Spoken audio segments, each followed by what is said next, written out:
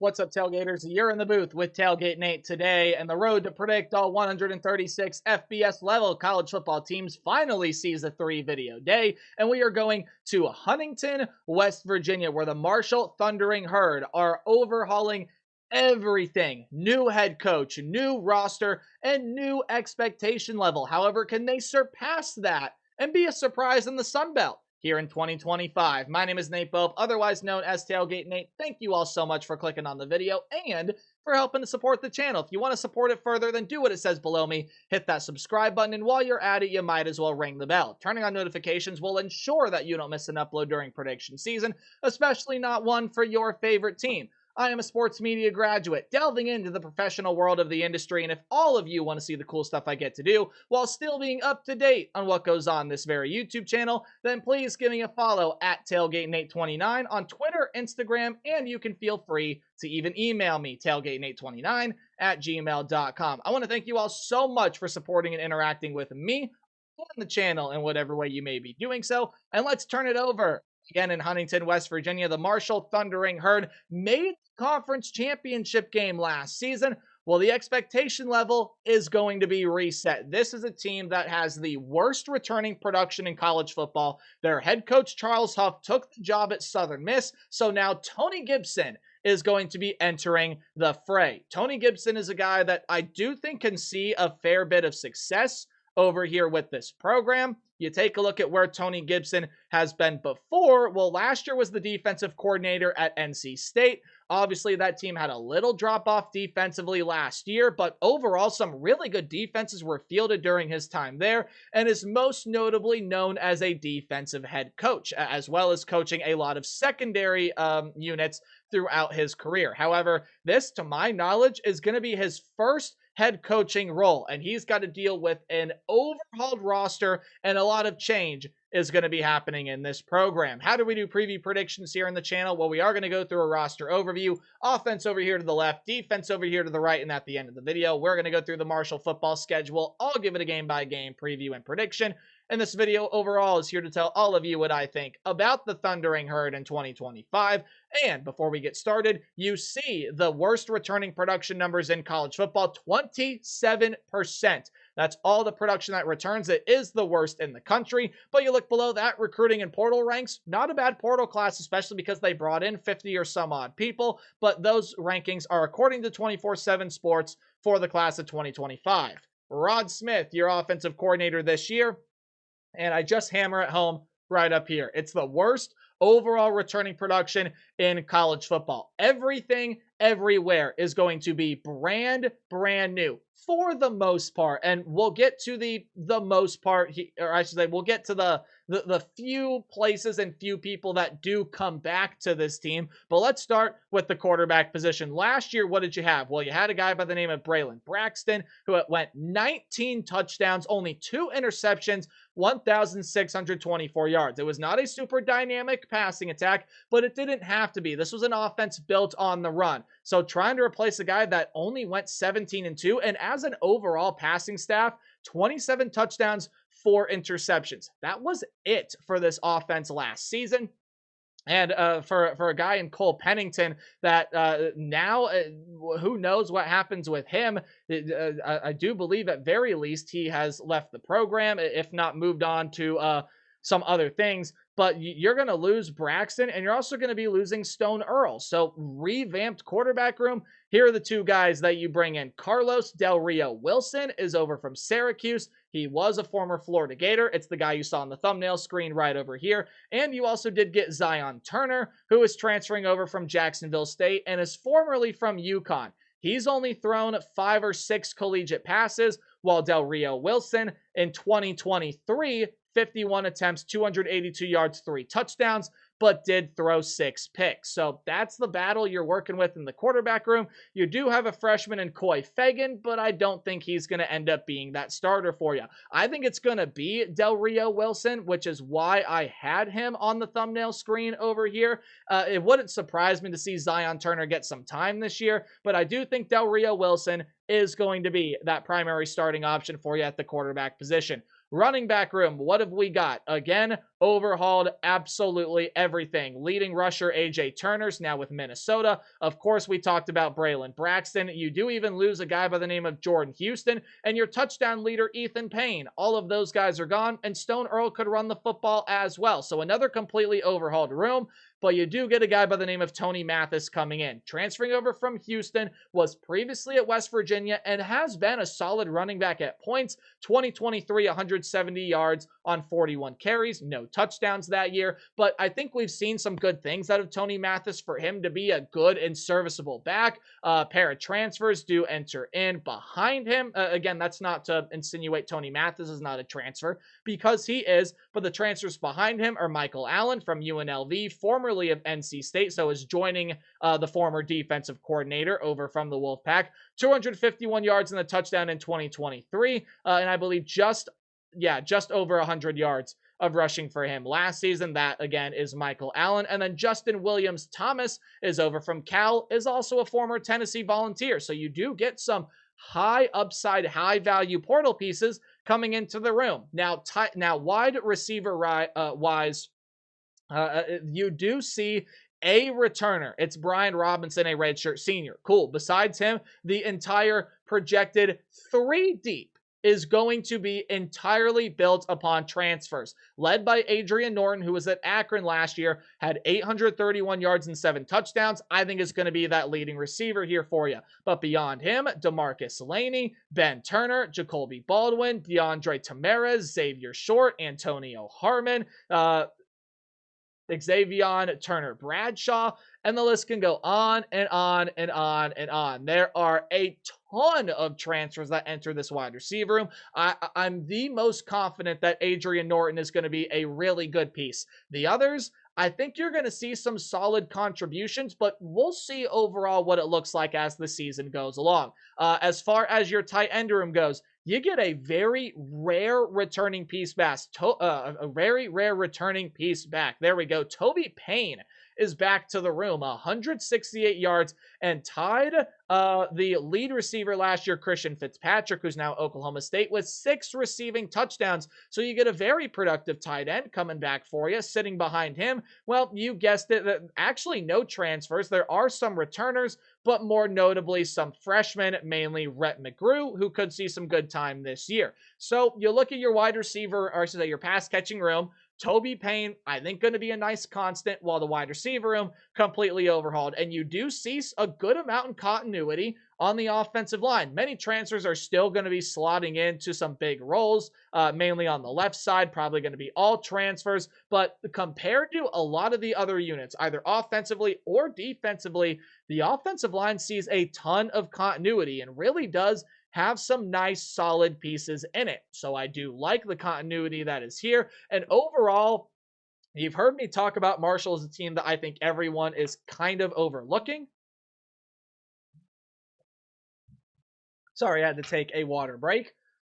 But this so very much is a team that if they can put everything together offensively, and if everything works and gels, I think it's going to be a really good offensive unit. Now, we'll have that conversation more in a minute. Shannon Morrison, your defensive coordinator, with all the overturn defensively, it's going to have a tough time living up to last year's, what overall was a pretty darn solid season. Marshall was not a bad defense last season at all. In fact, it had some really, really good moments last year, of course, leading them to a Sun Belt Championship game appearance. They allowed under 200 yards passing. While the rush defense was a big problem, you were right around that 375 yard per game mark. Again, solid does not mean it was good, doesn't mean it was great. It was just, okay, that's, probably about what you'd expect, pretty typical, so on, so forth, whatever have you. So, when you dive on into the talent, I'm not going to mention many names because, again, 24% returning production. Ouch. Right along up there with the worst overall. That's one of the worst defensive returning production numbers in the entire country. And again, I'm not going to mention a lot of names here, but I have to mention one. It's the defensive line beast that was Mike Green last season. 17 sacks for this Marshall team last year. The team as a whole had 36. He almost had half of this team's sack production, was an absolute unit on the defensive front. He is a massive defensive line loss, as well as, look, just a ton of depth pieces. Everyone left, right, and center are going to be leaving this defensive front. But man, I would be lying awake at night if I did not mention the massive impact that Mike Green had on this team and how much he is going to be missed. Now, there are a lot of other guys that are going to be missed as well. Don't get it twisted. But when you talk about the defensive front, pretty much entirely transfers. There are a couple returners in here. Jacarius Clayton, Cam Chamura, Braden Ward, but again, mainly transfers. Paul Hudson is over from Campbell. You are going to get Katron Evans over from Charlotte, and a guy who has been with Marshall before, Jaleel Rivera-Harvey, is coming back to the defensive front. Some more guys transfer in to be depth pieces, but overall, again, portal is going to be overhauling this defensive line. Linebacker room, well, your entire linebacker two deep is going to be made up of portal pieces. It loses a really important piece, your leading tackler, Jaden Yates, who is now over with Ole Miss. But here's what your two deep in the linebacker room looks like this season. Jaden Johnson, he is going to be coming in as an experienced guy from Lindenwood, was also formerly at Marshall. You get Jave Gilmore over from a Power 4 school in Mississippi State. And over from Jacksonville State, the guy that has had the most solid production out of any of the projected starters. Again, I don't know if I said it already. Over from Jack State, Jabril Al-Amin, 23 tackles for him last season. Not too many tackles for loss or sacks, but still a good solid piece. And again, more transfers. Jalen Marshall, Rashawn Carr, Zane Porter. Even there, that's honestly kind of a lie. Their entire two deep, their entire three deep is transfers as well. So lots going to have to fit into the linebacking unit. Secondary wise, well, hey, you actually do get a nice returning piece. Jadarius Green McKnight is coming back to play in a safety role, and Dateon Smith is going to come back to play in a corner role. Smith was not overall that productive last year for this team. However, Green McKnight, 38 tackles, had a sack, 3 pass defended, and returned his lone interception for a pick 6. So that's a really good return here for this team, but much like most of this team as a whole, transfers are overhauling the unit. Josh Pierre Lewis, Marvay Myers, Boogie Trotter, those are all guys projected to start. Cam Smith, Al Ashford, Philip Davis, Lukenzie Jules, and just the name of transfers goes on and on and on. Overall, when you take a look at when you take a look at all the transfers entering in, according to 24/7 Sports, and it's probably more than this when you consider JUCO community college guys, 56 players into the portal, and it probably is over 60. There are a ton of portal pieces that enter. Now, that does not include the special teams room, because you do get Nathan Totten coming back. He's going to be a do-it-all piece this year. He'll punt, he'll place kick, and that is your special teams report, because, hey, the special teams department, we got to show them love, because kickers are people too. You look overall at this unit, and you probably can think, what's the biggest thing? What is the biggest thing about looking at a team that overall is building their roster through the transfer portal? Well, the biggest question you have to ask is, how does everything fit? How do all the guys gel together? There are a couple pieces, most notably on the defensive side, that have been at Marshall before, so know what this program is about. Now you have to throw in the fact that there's going to be a new head coach into the mix as well, especially a head coach that has never been a head coach before.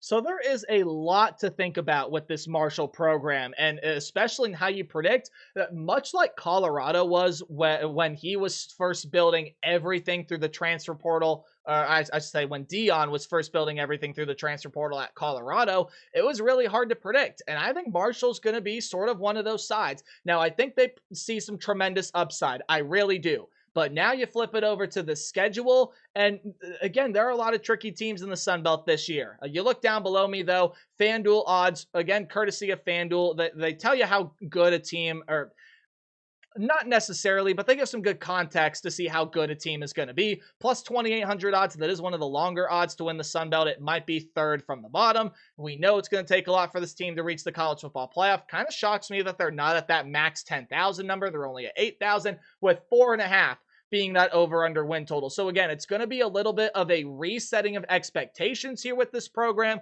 And I think you get absolutely ran in your first game against Georgia. Do I need to explain myself further? I don't think so. You're going to get ran by Georgia, really physical defense, and led by probably the best head coach in the country in Kirby Smart. So we'll move on really quickly from that. I think even the Marshall faithful know, yeah, we probably don't have a shot here in this game. However, you do have a great shot against your next two opponents. Missouri State is coming over from the FCS realm to play in Conference USA, and I think out of them and Delaware, Delaware is the team more equipped for success immediately out of the FCS ranks. I went 0 for 2 on snaps. Okay, 0 for 3, I struck out. No more of that. Missouri State is a team that I think has some good pieces intangibly, but I think overall is going to struggle. And I do think Marshall is going to see really some early success this season. And so that's going to be a win. And I think you beat Eastern Kentucky in there as well. So there's the early success. And now you go on the road to play Middle Tennessee.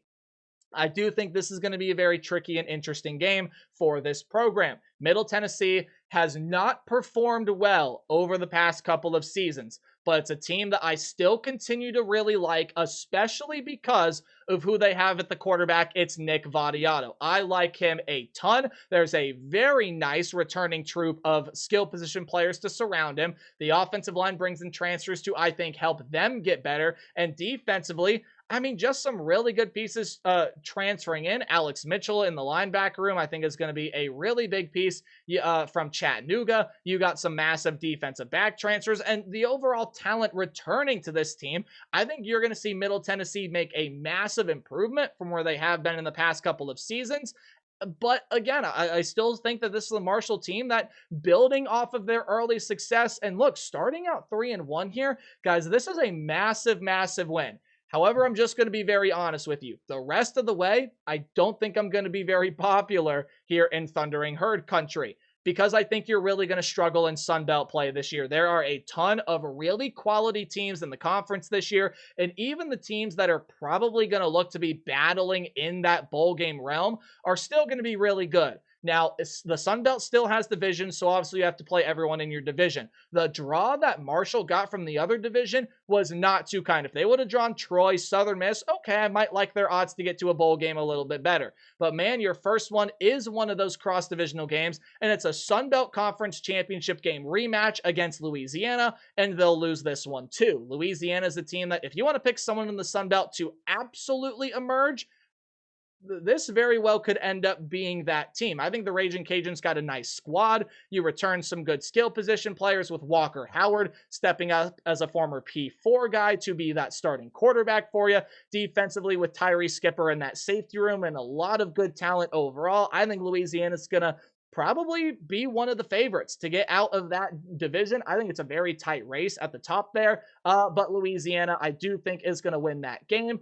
And even after a bye week, Old Dominion. Now, there may be some Marshall people looking at this game and saying, it's Old Dominion. What do you mean? This should absolutely be a game that we win. Old Dominion's not that good. Are they? Are they? Yeah, they kind of are. I see Old Dominion as probably a pretty big sleeper team in the Sun Belt Conference. I really do like a lot of the talent that they have here, and they took a massive step forward last year. They were 5-7 overall.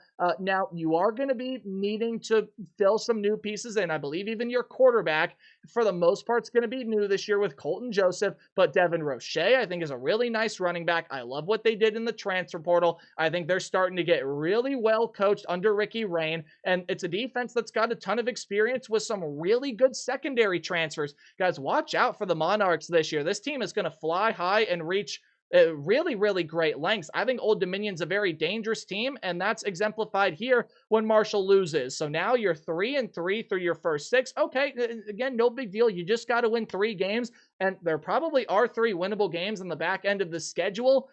Guys, again, I just don't think it goes well for Marshall this year. You got Texas State at home. Not going to matter. I think Texas State's going to be, much like Louisiana, one of the better teams overall in the Sun Belt, but especially in that division. Again, your cross-divisional opponents were not kind. The schedule makers did not do you any favors here.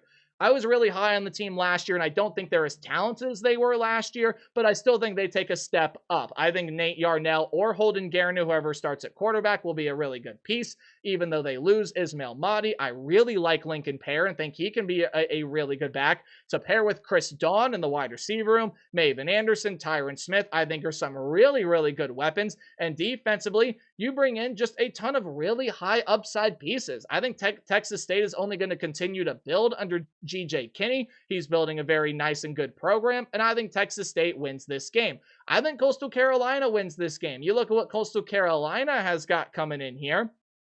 They have a transfer quarterback, MJ Morris, also Emmett Brown from San Jose State. A lot of guys that have seen some Power 4 experience and were really good pieces even at the G5 level. Now, MJ Morris was a guy that's only seen Power 4 experience, and he comes in to be that figured starter. Jalen John and some wide receiver transfers I do like a lot. And while it's not the same type of team that we're used to seeing Jamie Chadwell coach, I think Tim Beck has still got this team going in a solid direction, and Coastal Carolina will be competitive this year. James Madison, you want to look for a team to compete with Boise State? James Madison might be the best of the bunch, up there with Navy, Tulane, and some other teams as well. James Madison, I think, is trending in a fantastic direction this season. They got their starting quarterback in Alonzo Barnett coming back, and they thought, nah, let's upgrade the position anyway. Matthew Sluka is entering the room. Camden Coleman is entering the room. Your overhauled wide receiver room, great pieces coming in through the transfer portal. I think it's a Duke team that's going to be really, really dangerous this year. The Dukes beat the Thundering Herd, and already you're on the cusp of not getting into a bowl game. However, I do think there's a team that's going to struggle just as much as Marshall in the Sun Belt this year. That is Georgia State. Even though it's a road game, I think Marshall is very more well than capable to get that road win. But then I think Marshall loses out from there. You got to go on the road to play App State. Even though App State is a team that is overhauling a lot, it is still a road game. I do like Dowell Loggins, and I think the offense is going to really emerge under him. Some good transfer wide receiver pieces. Kanye Roberts in the running back room to pair with AJ Swan, who might not be as dynamic as Joey Aguilar, but will lead this team effectively. And defensively, I mean, just some really good pieces, especially up front. So that's no dice on the road there in Boone. And then at home against Georgia Southern. Georgia Southern's also going to be one of the better teams in this division, and I think that's going to be a loss with J.C. French coming back, with O.J. Arnold taking over the running back room for Jalen White, a guy that I still think is really, really talented. You look at your wide receiver room, and although some leaders are gone, Josh Dallas, Dalen Cobb, some good portal pieces. Defensively, I think they're going to take a step in the right direction as they have a ton of really nice returning defensive talent. Latrell Bullard on the defensive interior, some good linebacker pieces, Chance Gamble and others in the secondary. This is a Marshall team, guys, that I think is really going to struggle, and the expectation value sort of needs reset this year. I know this is a shorter video than I usually have put out, at least as of late, but guys, this team is really simple.